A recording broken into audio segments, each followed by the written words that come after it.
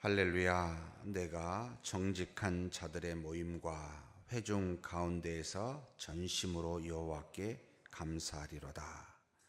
여호와께서 행하시는 일들이 크시오니 이는 즐거워하는 자들이 다 기리는도다. 그의 행사하시는 일이 존귀하고 어미하며 그의 의가 영원히 서 있도다. 그의 기적을 사람이 기억하게 하셨으니 여호와는 은혜로우시고 자비로우시도다. 여호와께서 자기를 경외하는 자들에게 양식을 주시며 그의 언약을 영원히 기억하시리로다. 그가 그들에게 문나라의 기업을 주사 그가 행하시는 일의 능력을 그들에게 알리셨도다. 그의 손이 하는 일은 진실과 정이며 그의 법도는 다 확실하니 영원 무궁하 정하신 바요 진실과 정의로 행하신 바로다. 여호와께서 그의 백성을 속량하시며 그의 언약을 영원히 세우셨으니 그의 이름이 거룩하고 지존하시도다. 여호와를 경외함이 지혜의 근본이라. 그의 계명을 지키는 자는 다 훌륭한 지각을 가진 자이니 여호와를 찬양함이 영원히 계속되리로다. 아멘. 시편 모든 편은 각각의 특징들을 가지고 있어서 150편 전체가 사실 참 은혜롭고 놀라운 말씀이 아닐 수가 없습니다. 죄송합니다. 여기 111편은 112편과 상당히 유사한 짝이 되는 일종의 쌍둥이 시편이다라고 부르고 있고, 또 무엇보다도 이 111편은 히브리어 원어로 22행으로 되어 있는데 히브리어 알파벳이 총 23개인데 22개의 알파벳 순서대로 그 첫머리가 되어 있습니다. 그래서 이 시편을 지은 저자가 자신의 모국어인 그 히브리어의 알파벳 순서대로 하나님을 찬미하여 하나님의 일을 기리고 있다라고 이렇게 특징 지어진 게 111편의 말씀입니다. 이 111편의 전체적인 구도는 크게 세 개로 나눠집니다. 1절과 2절에 하나님께 감사하는 그 내용이 나오고, 그 다음에 3절부터 7절까지, 8절까지는 그 감사한 내용이 무엇인지를 말하고, 그 다음에 9절, 10절은 결론적인 부분으로 이렇게 마무리를 하고 있습니다. 1절, 2절을 살펴보면 이 시편 기자는 내가 여호와께 감사한다 했는데 그냥 감사가 아니고요, 전심으로라는, 우리 한글로는 전심으로라고 되어 있습니다만 원어로 보면 내 안에 있는 모든 것으로, 내 속에 있는 그 모든 것으로, 내 속 사람이 가지고 있는 전부로 하나님께 감사한다 라고 이야기를 합니다. 이 시편의 저자가 생각하기를 내가 하나님 앞에 있는 모든 내 속에 있는 것으로 다 감사해도 다 온전히 감사가 되지 못하지 않냐라는 그런 어떤 마음을 가지고 하나님 앞에 그 무언가를 감사하고 있는데, 그 감사하고 있는 내용이 사실은 2절에 나옵니다. 여호와께서 행하시는 일이 크시다. 이 여호와께서 행하신 일이 너무 크다. 그래서 내가 여호와께 감사한다 라고 말합니다. 그러면 이제 우리는 이 저자의 뜻을 따라 살펴 들어가면 도대체 여호와께서 행하신 크신 일이 뭔가 라는 생각을 하게 되죠. 그리고 아울러서 동시에 우리 자신에게 하나님이 크게 행하신 일이 뭔가 이렇게 생각하게 됩니다. 이 내용을 그대로 9절에다가 9절에 결론적으로 그 내용이 무엇인지를 말하고 있습니다. 9절을 한번 같이 읽겠습니다. 여호와께서 그의 백성을 속량하시며 그의 언약을 영원히 세우셨으니 그의 이름이 거룩하고 지존하시도다. 하나님이 택한 백성, 곧 우리 모두를 말하는데, 우리 모두, 그래서 여기 보면 1절에 정직한 자들의 모임과 회중 가운데서, 하나님의 백성들 가운데서 곧 우리가 함께 전심으로 하나님을 찬송하고 감사드리는데, 이 감사드리는 내용이 굉장히 크신, 우리에게 행하신 크신 일인데, 이게 뭔고? 바로 하나님의 택한 백성을 속량하셨다라는 내용입니다. 곧 구약의 이 이스라엘 백성들이 속량했다라고 하는 내용은 우리가 뭇 나라의 열방들과 같이 그대로 하나님께서 내버려 둔 것이 아니라 우리의 조상 아브라함을 택하여 하나님의 백성 삼으신, 하나님에게 속한 자가 되어 택하심을 받는 거룩한 백성이 되게 하신 것, 이걸 속량이다라고 말합니다. 그 백성에게 하나님께서 그대로 그냥 내버려 두신 것이 아니라 하나님의 놀라우신 말씀, 율법을 주어서 하나님의 뜻이 무엇인지를 알고 하나님이 어떠하신 분인지를 알아. 그래서 하나님께 속한 자가 되어 하나님의 뜻대로 살 수 있도록 인도하시는 속량. 지금 우리로 표현하면 우리를 이 땅의 모든 사람과 더불어 그냥 내버려 둔 것이 아니라 택하여 그리스도로 말미암아 하나님의 자녀 되게 하시는, 곧 하나님께 속하여 하나님을 아빠, 아버지라 부르며 영원히 살게 한, 이것을 속량이라고 말합니다. 그런데 우리가 그냥 택하여 올 수 있는 그런 존재가 되지 못하였기에, 뭐 때문에? 우리 죄 때문에. 그래서 그 속량하시기 위하여 그냥 우리가 선하다면 하나님의 자녀로 그대로 속하였을 텐데, 택한 대로 됐을 텐데, 죄가 있기에 그리스도께서 대신 십자가에 죽으시는 그런 놀라우신 은혜를 베푸시고, 그리고 그와 같은 놀라운 은혜를 성령께서 우리 안에 내주하심으로 그 놀라우신 은혜를 적용케 하사, 그래서 속량하시는 은혜를 주셨습니다. 이 바로 시편 기자는 그와 같은 것까지는 가지는 않았지만 당시에 하나님께서 하나님의 백성 삼으시는 그 속량에 대해서 전심으로 감사하고 있다. 모든 회중과 함께 하나님 앞에 감사하고 있다. 이렇게 지금 표현하고 있습니다. 그런데 그 하나님은 9절 뒤에 보니까 그 언약을 영원히 세우셨다라고 말합니다. 이것은 그 앞에도 나옵니다만 8절입니다. 하나님이 앞에서 행하신 이 속량의 구체적인 내용이 3절에서부터 8절까지 나오는데, 8절에 영원 무궁토록 정하신 바다.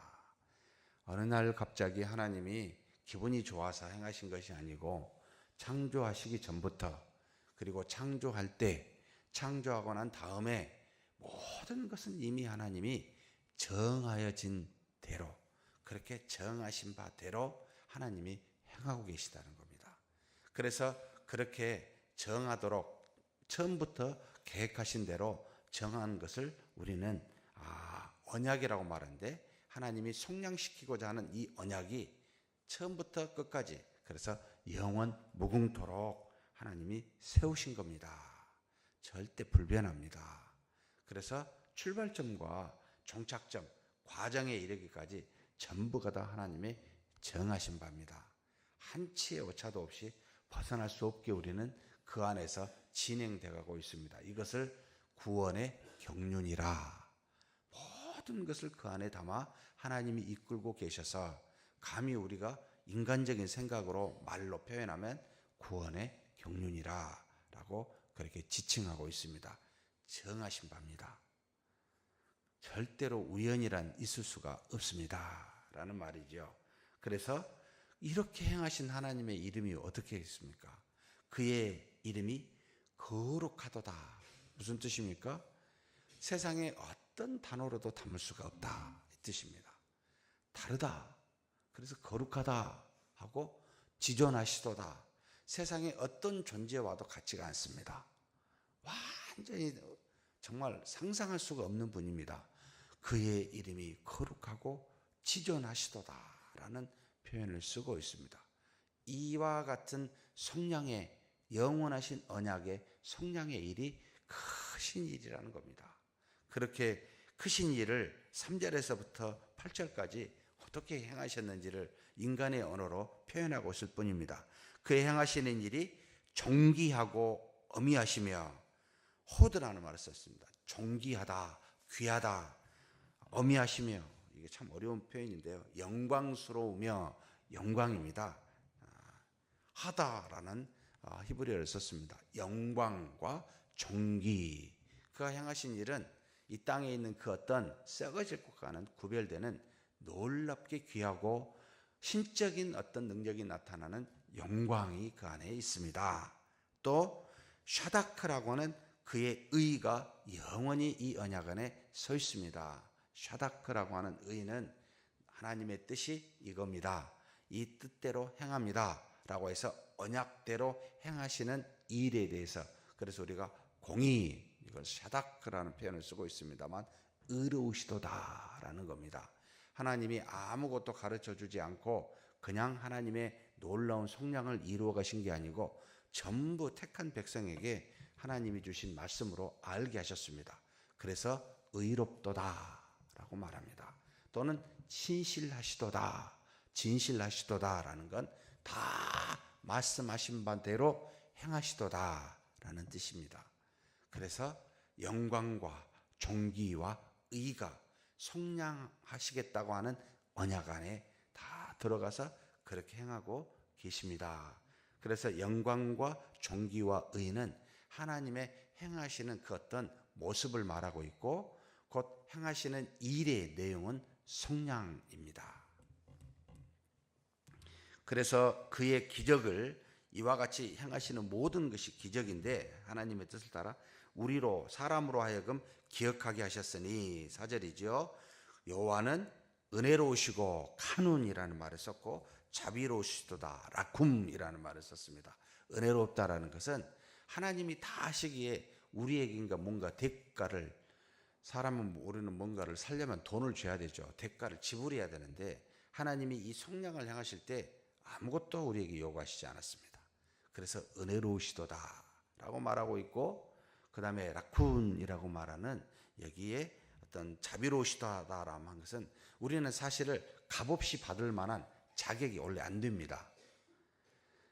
뭔가 그냥 깨끗한 상태에서 그걸 받을 만한 존재가 돼야 되는데 값없이 줘도 받을 만한 존재가 되지 못한 죄인이었기에 하나님의 긍휼하심과 인자하심이 없으면은 우리는 받을 수가 없습니다. 곧 하나님이 받을 수 없는 우리에게 참으신다는 겁니다. 그 죄에 대해서, 악에 대해서 참으시고 그것을 속량을 주셨다는 겁니다. 이걸 자비, 헤세드라는 말을 포괄적으로 쓰고 있고, 또는 작게는 라쿰이라고 쓰는데 긍휼하시도다 라는 표현입니다. 우리를 향하여 그 죄를 오래 참으시도다, 값없이 주시고 오래 참으면서 크신 일, 속량함을 이루셨습니다. 우리가 자녀를 키워보면 느끼게 되죠. 이 자녀라는 이것 때문에 자격이 안 돼도 부족해도 주잖아요. 그죠? 마치 하나님의 택한 자녀임을 그 한 가지로 인하여 우리에게 은혜롭게 행하십니다. 자비롭게 행하십니다. 참 놀랍습니다. 그래서 이것을 기적이라고 말합니다. 5절에 그래서 무엇을 이야기합니까? 자기를 경외하는 자들에게 이 땅에서 먹을 것을 주십니다. 양식을 주시며 그의 영원한 언약을 기억하십니다. 하나님께서 속량하시겠다고 하는 처음부터 세워진 이 영원한 언약을 기억하시고 이 땅에서 우리에게 택한 백성에게 먹을 일용할 양식을 주십니다. 또 그뿐만이 아닙니다. 6절 보니까 그가 그들에게 문나라의 기업을 주사, 문나라는 뭘 말하겠습니까? 하나님이 약속했던 이스라엘 백성에게 약속했던 가나안 땅을 말하죠. 하나님이 일용할 양식을 주시고 그 가나안 땅, 원래 너희 땅이 아니지만 생활을 터전을 이걸 주신다. 하나님이 영원한 나라에 세우는 속량까지 가기 전에 이 땅에서도 놀라운 은혜를 베푸시는데 양식과 문나라들의 터전을, 기업을 주사 그들로 살게 하셨습니다. 그가 행하시는 일의 능력을 그들에게 알리셨도다. 이렇게 양식을 주시고요, 일터를 주심으로 하나님의 그 행하시는 일의 능력이 어떠한지, 하나님의 살아계심을 어떻게 한다고요? 알려주시는 겁니다. 내가 살아있다. 나를 봐라. 내가 이렇게 지금 행하고 있다. 너희 먹을 것들을 봐라. 너희가 지금 일하고 있는 일터를 봐라. 내가 살아서 너희를 지금 도와주고 있지 않느냐. 영원하신 나라 그 성량에 이르기까지 지금 내가 너희를 돕고 인도하고 있지 않느냐라고 지금 하나님이 그렇게 가르쳐주고 계시다라는 겁니다. 그러면서 무엇을 말합니까? 7절 8절입니다. 그의 손이 하는 일은 진실과 정의, MS와 미시파트라는 용어를 썼습니다. 진실하시도다. 말씀하신 대로, 언약을 주신 대로 그대로 행하시기 때문에 진실하시도다. 한 번 말했으면 여러분 지키십시오. 이게 진실하다라는 겁니다.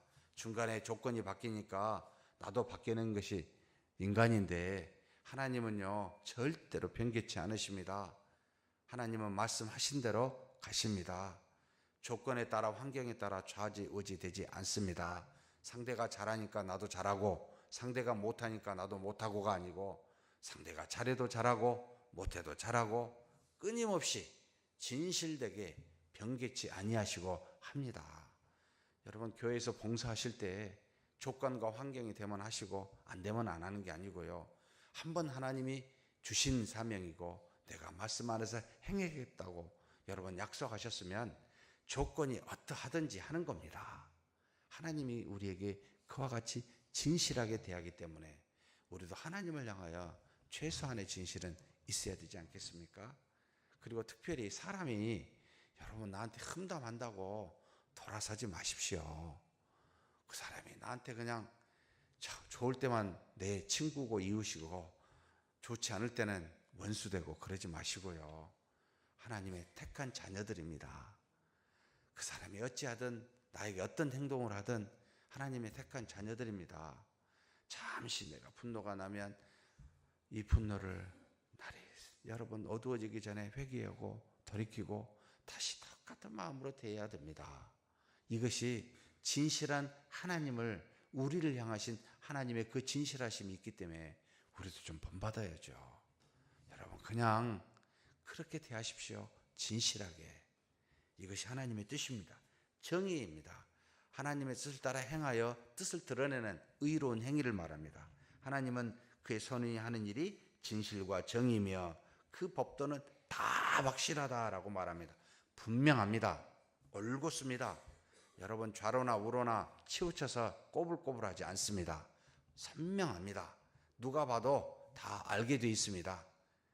이리 갔다 저리 갔다 바람에 흔들리는 대로 갈 때가 돼서 그리 가지 마십시다.